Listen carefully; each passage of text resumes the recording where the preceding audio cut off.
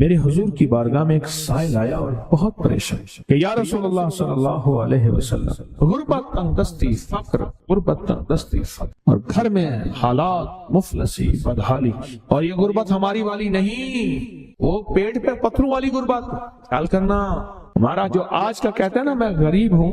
اس کے گھر کے اسباب کو اگر فروخت کر دیں، گھر کے اسباب کو، اس غریب کے لیے وہ غریب آیا آقا کی بارگاہ میں، غربت اور تنگ دستی، اور میرے حضور نے فرمایا گھر میں جا، ایک دفعہ سلام کر، ایک دفعہ قل هو اللہ پڑھ، کام ہو گیا، ایک دفعہ سلام، ایک دفعہ سورۃ قل هو اللہ، اخلاص۔ انہیں یقین تھا، یقین کی دنیا کو جانتے تھے، یقین کے نظام کو جانتے تھے، آقا کے فرمان بس چل پڑے اور چلتے گئے، اور یقین نے یہاں اور اتنا کر دیا یقین نے کہ میرے حضور نے فرمایا بس حکم ہے، اور رب نے تونگری کے دروازے کھول دیے، اور لوگوں نے دیکھا کہ وہی بندہ ہے جس کے گھر میں فاقے تھے،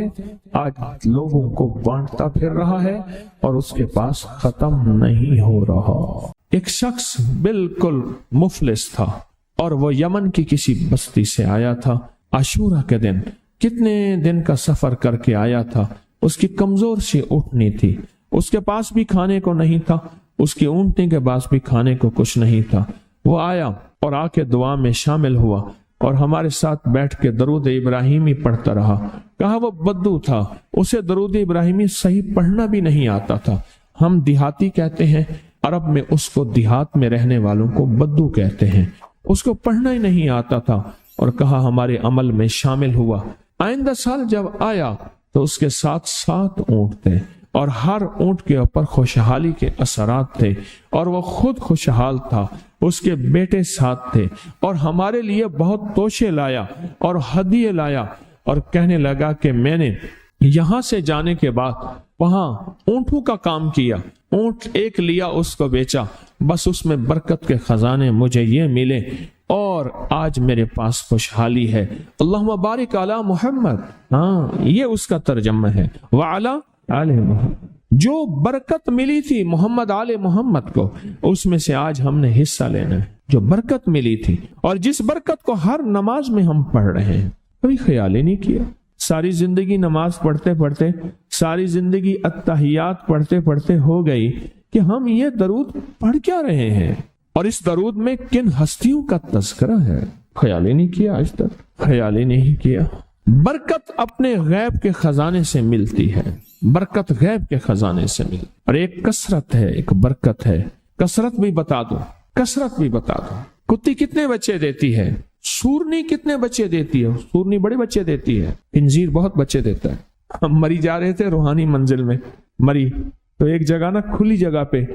وہاں پہاڑوں میں سور ہیں، تو وہاں چھوٹے چھوٹے بچے تھے، بہت بچے دیتی ہے، پر ختم ہو جاتے ہیں۔ میں نے سڑکوں کے کنارے کتے مرے دیکھے ہیں، کبھی بکری مری نہیں دیکھی، آپ نے دیکھی ہو تو مجھے پتا نہیں ہے۔ سڑکوں کے کنارے کتے مرے بہت دیکھے ہیں، میں نے کتوں کے چھوٹے چھوٹے بچے گنے ہیں، 11 تک میں نے گنے ہیں۔ آپ میں سے کہیں کوئی تجربہ ہو، کوئی اس سے زیادہ بھی گنے ہیں، میں نے تو اس سے زیادہ نہیں دیکھے، 8 9 7 بچے ہوتے ہیں، ٹھیک۔ کوئی ایک بچہ،